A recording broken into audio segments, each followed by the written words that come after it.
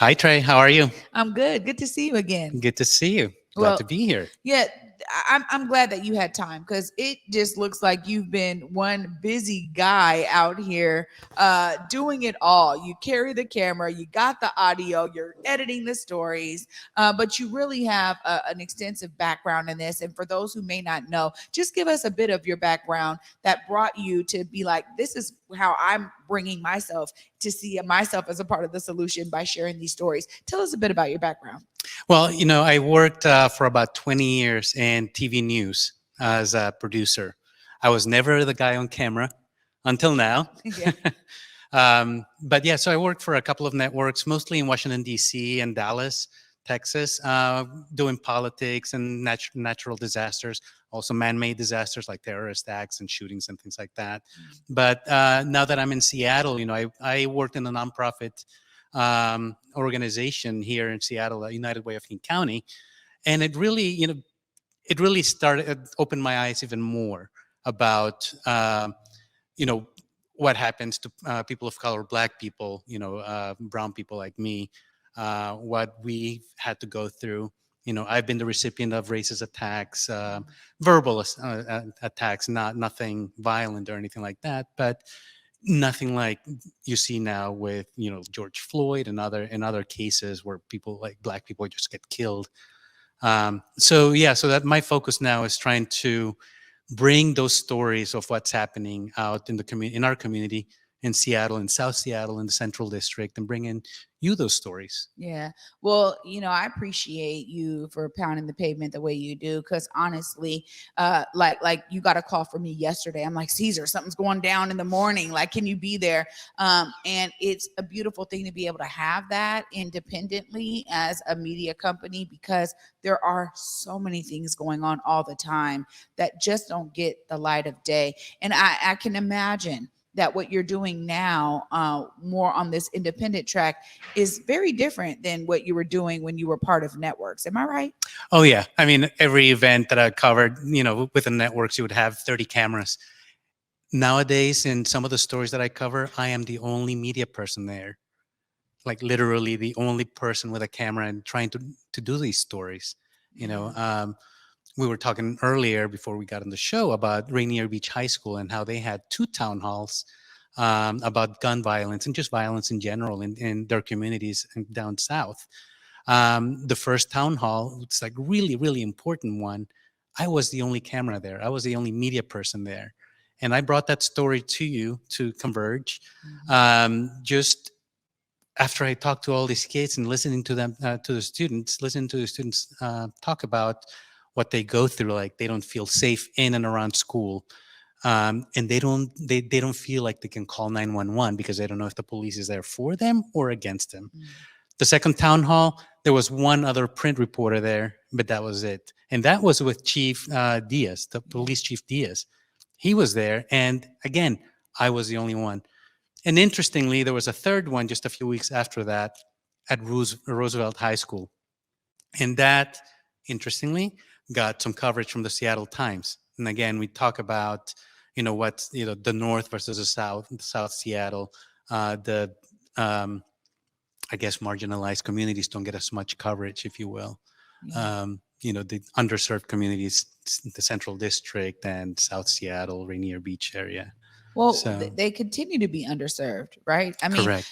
You're talking about it right there, and it's like, okay, what's the difference between students at Roosevelt coming together to talk about gun violence and students at Rainier Beach, right? And particularly because, to be honest, what we heard in the pieces you covered at Rainier Beach was these students are dealing with it in a real personalized, impactful way, where it is making them have to adjust their lives because they're losing friends. Their friends are getting shot, getting harmed, being injured, right? People that they know. Like, this is happening to them in a sense, based on their friend groups and peer groups, and their personal approach to what they shared. And the reason why it was so important to get Chief Diaz there was so key to that. But again, thank you for being on the ground and for covering stories like this. Course. I mean, this for me, Cesar, is honestly one of those things that, as a mother, I'm in the Federal Way area, and I'm always saying, Federal Way now has 14% Black families, but there isn't enough happening to really center those families' lived experience with regard to creating new policy legislation that addresses some of the disparities that families face, particularly families from the global majority. And I use global majority instead of BIPOC because I realize that's exactly what we are. We've never been minorities. These kind of words matter, Mhm. and I appreciate that you have been on the ground. You've been covering a lot of different stories, though. What are some of the ones that really stick out to you in the recent months since you've been with me that you've been able to cover? That's a great one there with Rainier Beach. What's another story that you've been able to cover where maybe you were the only one? It's kind of sad, but one of the most impactful ones also was the Elijah Lewis, where I saw you, the remembrance event. And again, it's the unfortunate gun violence. Um, those are some of the stories I cover some other lighter stories, like the Odessa Brown Children's Clinic down South Seattle. Um, they opened up last year, and they've had a couple of events there. They opened up an outdoor patio for kids, because it's not just a clinic. There's also a preschool childcare center, and they opened out this outdoor learning area, like a classroom, where and I got to interview kids. And I don't know if you remember seeing some of the video that I got, that the kids wanted to be on camera and then they got shy. So I had to like chase them, with a smile. Come on, talk to me, talk to me. That was really fun. But those stories are really, they always stick out, because I love kids, and it's always fun to talk to them. And the interviews that I got were interesting. They were kind of funny, because at first they really want to do it, and then they just go shy and they don't know what to do. But I'm also I'm working on a story, an interesting story. It's going to be a little bit of a longer format, because it's there's a lot of history.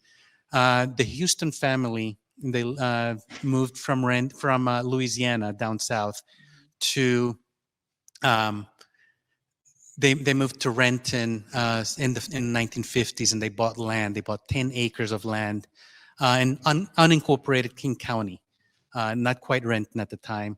It was 10 acres. In the 1960s, they suffered through fires, arson, one bombing. The school district was trying to buy the land from this family. The family refused, because they used to make their living. That was their home. They lived off the land, farming, raising pigs and chickens, and all that. They didn't want to sell the land. The school district threatened eminent domain, and they forced them to sell the land, taking everything away from them. The family broke up. It's heartbreaking.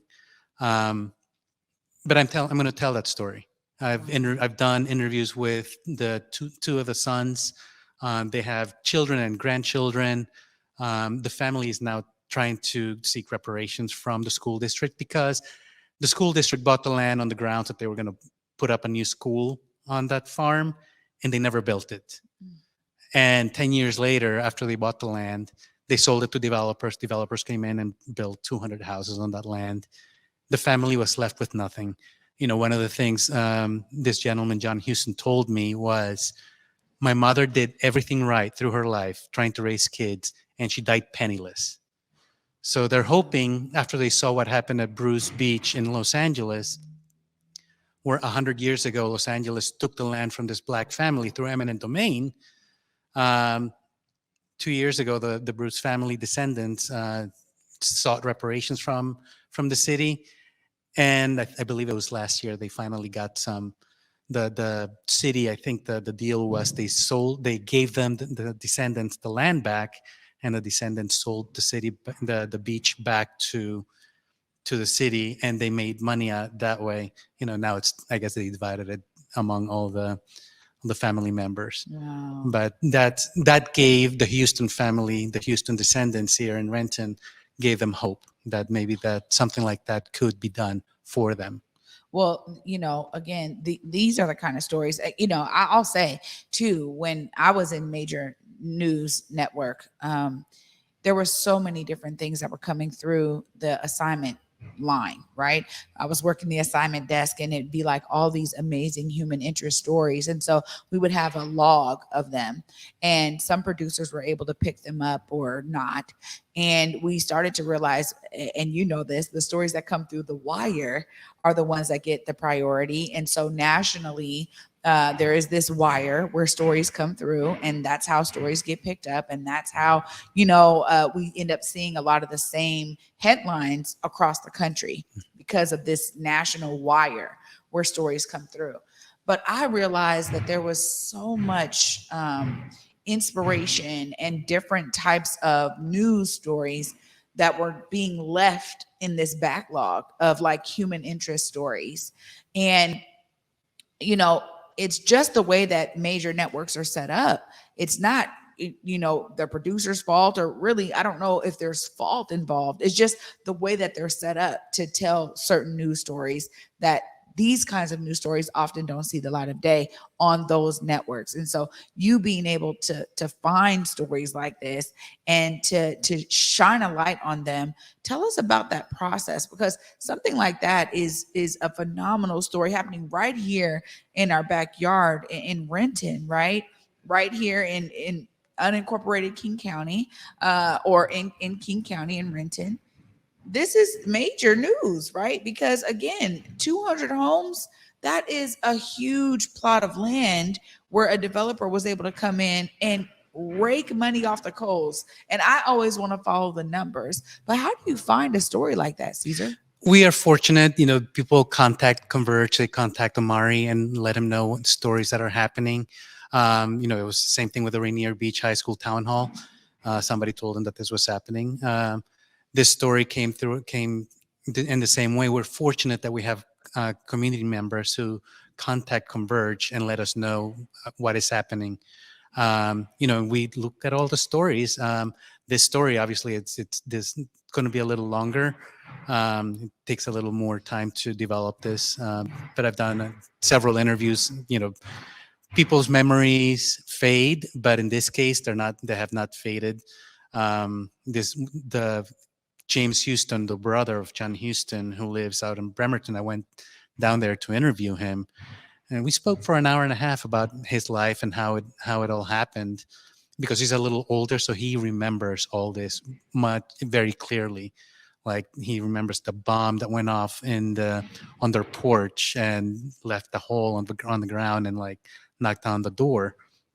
But things like that, stories like that, just come to us from community members. That's really a shining testament to the impact that Converge has had on community, for us to be able to be there in a way that we're accessible to community members, to be able to reach out and share these stories. And it's so interesting because I have stories come to me and I'm always like, how can we make sure that we do this story justice?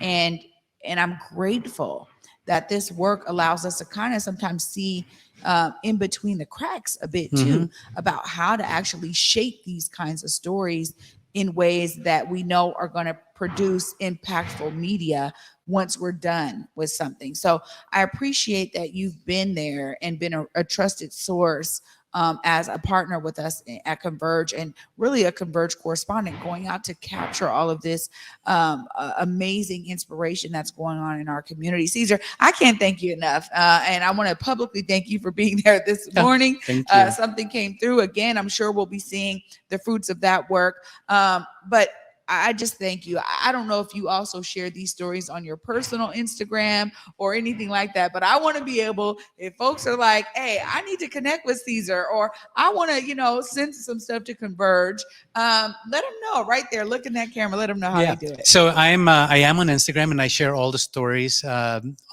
Instagram. I used to be on Twitter. I left Twitter a few months ago, and on LinkedIn. But on Instagram, you can find me at Canizales25. So that's CCANIZALES 25. That's where I am, and you'll see my portrait picture on Instagram is me trying to interview one of those kids that I was talking about earlier. He's hiding inside like this toy house, and I have my microphone stuck to interview this kid. It's the funniest thing. But it was, one of those fun stories. Not everything has to be hard news and has to be difficult. Some of those stories can be fun. That's right. And we love to say, here, like let's not leave people in an affected state. Thank you so much, Cesar, for being a part of Converge and being out here on the ground telling these stories. Appreciate you. Thanks, Trey. Appreciate it. Absolutely. Oh.